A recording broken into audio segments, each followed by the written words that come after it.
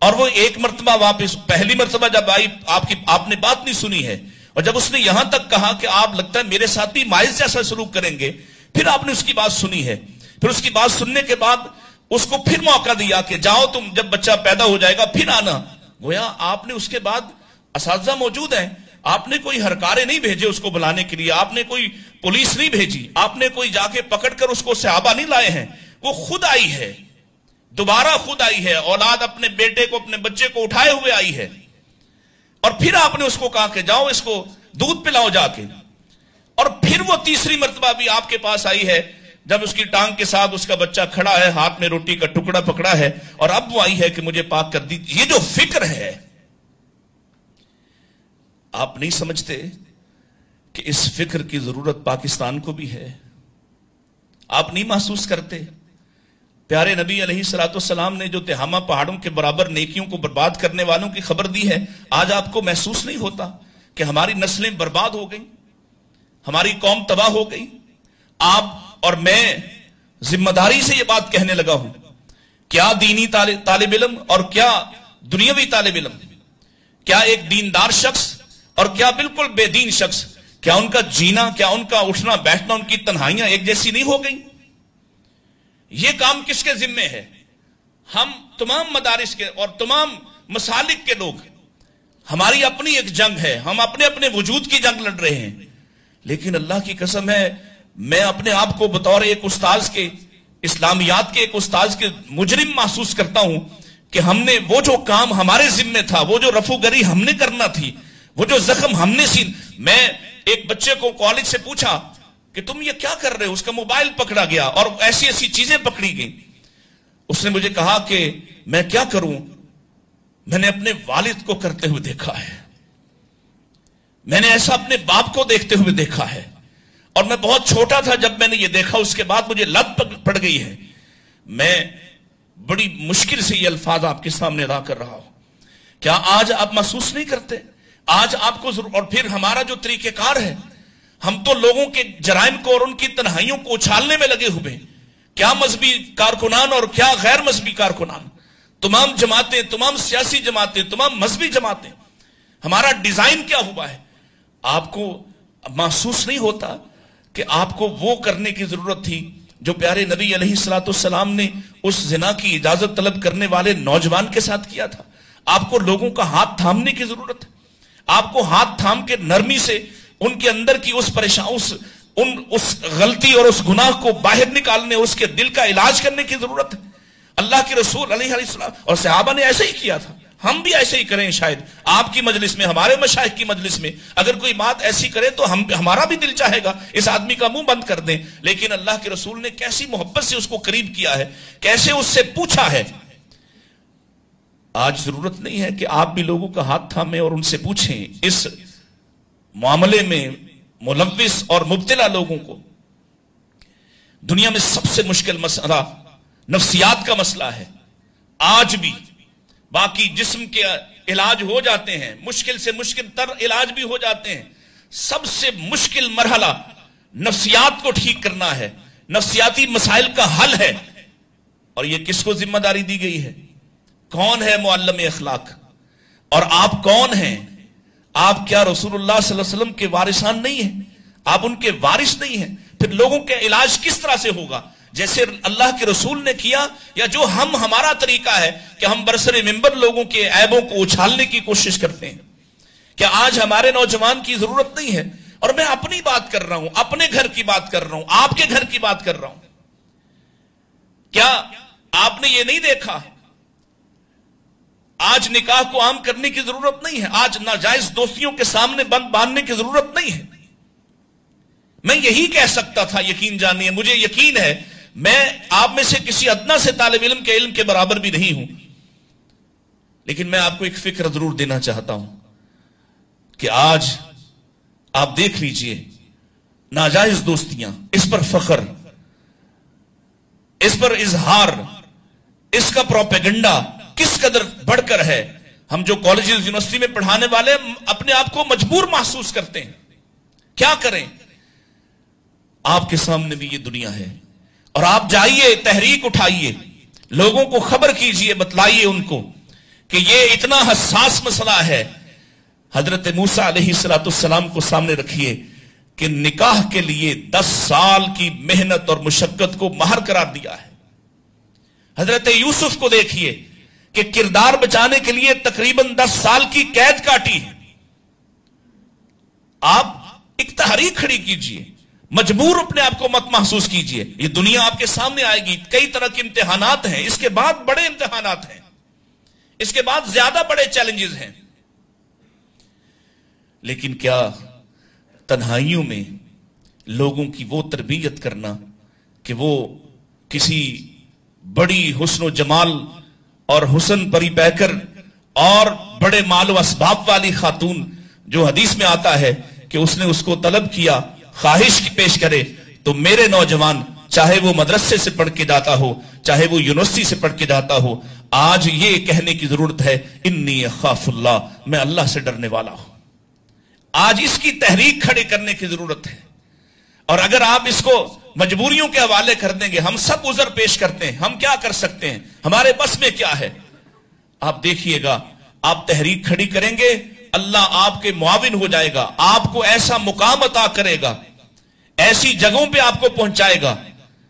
آپ دیکھیے رسول اکرم صلی اللہ، اور یہ ہم پیدائشی مسلمان ہیں، پیدائشی مسلمان ہیں، وہ تحریک کیا قرآن و سنت کے الفاظ میں وہ تاثیر ختم ہو گئی؟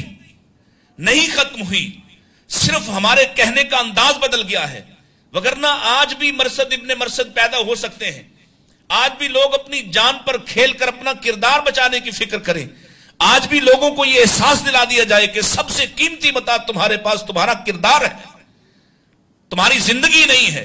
آج بھی عبداللہ بن حذافہ سہمی جیسے لوگ پیدا کیے جا سکتے ہیں، آج بھی ایسا ہو سکتا ہے، لیکن اس کے لیے بہت محنت لگے گی، اس کے لیے بڑی مشقت سے گزرنا پڑے گا، اس کے لیے خود ہمیں اہل دین کو، خود ہمیں مثال بننا پڑے گا، ہماری نسلوں کو مثال بننا پڑے گا، پھر کہیں جا کر یہ بات ہو سکتی ہے کہ ہم لوگوں کے اندر یہ بات پیدا کر سکیں کہ وہ ایک ایسا معاشرہ قائم کر دیں جو خود ایک مثال قائم کر سکے۔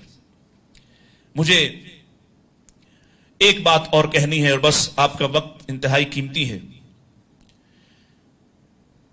کہ یہ جو ہمارے بھائی آج فارغ التحصیل ہوئے، یہ جب جائیں گے میدان میں تو ظاہر ہے کہ سب سے مشکل مرحلہ آپ کے روزگار کا ہے، اور پھر ہم جو دین پڑھتے ہیں اور جو پڑھانے کا آگے موقع ملے گا، اگر ہم اہل مدارس کے ہاں جائیں تو وہاں ظاہر ہے کہ ہمیں اس طرح سے وہ توقیر نہیں ملتی، وہ تکریم نہیں ملتی۔ میں یہاں تو میری روح راضی ہوئی کہ شیخ محترم نے اساتذہ کرام کے لیے کچھ تحائف کا اور بڑے تحائف کا انتظام اور اہتمام کیا، عمومی طور پر تو ماحول بڑا مخالف ہے۔ ان ساری تکلیفوں سے آپ کو گزرنا پڑے گا، اور ذہن بنا کر جائیے کہ آپ کو دنیا میں بہت کم ملے گا، لیکن انشاءاللہ آخرت میں بہت زیادہ ملے گا، اور یہی ہے وہ امتحان کہ آپ اپنے پیچھے، آج اس جامعہ کے بانی یہاں موجود نہیں ہیں، لیکن ان کی فیکٹریاں پورے پاکستان میں یا پوری دنیا میں پھیلی ہوئی ہیں۔ یہ جو مفید زندگی کا راز ہے کہ ہم اس دنیا سے جا چکے ہوں اور ہمارے جانے کے بعد صدیوں بعد بھی ہماری زندگی کا سلسلہ جاری رہے، اس ناطے کو کبھی ٹوٹنے مت دیں۔ یہ بہت مشکل ہے آج کے دور میں یہ کہنا کہ آپ روزہ رکھ لیجئے، آپ پیٹ پہ پتھر باندھ لیجئے، آج کہنا یقیناً مشکل ہے، اس کو نبھانا اور بھی مشکل ہے، لیکن یقین جانیے یہی امتحان ہے جو مجھے اور آپ کو درپیش ہے، اور یہی وہ امتحان ہے کہ جس کی وجہ سے میرے ایک دوست ہیں، وہ کہا کرتے ہیں، ان کی طویل نظم ہے اور وہ وقت نہیں آپ کو سنانے کا، اس کا خلاصہ صرف عرض کر دیتا ہوں کہ وہ کہتے ہیں کہ کوئی ایک پتھر، کوئی ایک تانا، کوئی ایک گالی، کوئی ایک دھکا، کوئی ایک تکلیف میرے دامن میں ایسی بھی تو ہو کہ میں محمد رسول اللہ کے سامنے کھڑے ہو کر کہہ سکوں میں نے آپ کی سنت کی ترویج کرنے کے لیے، میں نے آپ کا پیغام لوگوں تک عام کرنے کے لیے، میں نے آپ کا کردار لوگوں میں زندہ رکھنے کے لیے، میں نے آپ کی وجہ سے، آپ کی محبت کی وجہ سے میں نے اس دین کی محبت کی وجہ سے یہ مشکل برداشت کی ہے، یہ کانٹا جس سے میرا پاؤں زخمی ہوا ہے یہ میں نے آپ کی محبت میں برداشت کیا ہے، یہ تانا جو مجھے ملا ہے یہ تانا میں نے آپ کی وجہ سے سہا ہے۔ کوئی ایک پتھر، کوئی ایک گالی، کوئی ایک طنز، کوئی ایک تیر میں نے بھی اپنے سینے پہ، میں نے بھی اپنے بدن پر کھایا ہو کہ میں جا کے رسول اللہ سے کہہ سکوں میں نے آپ کے ساتھ وفا کی ہے، میں آپ کے وفادار کے طور پر رہا ہوں، میں نے بہت زیادہ کام نہیں کر سکا لیکن جتنے جوگا تھا میں نے اتنا ضرور نبھانے کی کوشش کی ہے۔ مجھے یقین ہے انشاءاللہ کہ اللہ کے رسول پیارے نبی علیہ السلام مجھے اور میرے تمام ساتھیوں کو اپنی باہوں میں تھام لیں گے کہ ایک پتھر، ایک تانا، ایک طنز، ایک دھکا، ایک تکلیف یہ لے کر آیا ہے۔ اللہ مجھے اور آپ کو کامیاب فرما دے۔ وآخر دعوانا ان الحمدللہ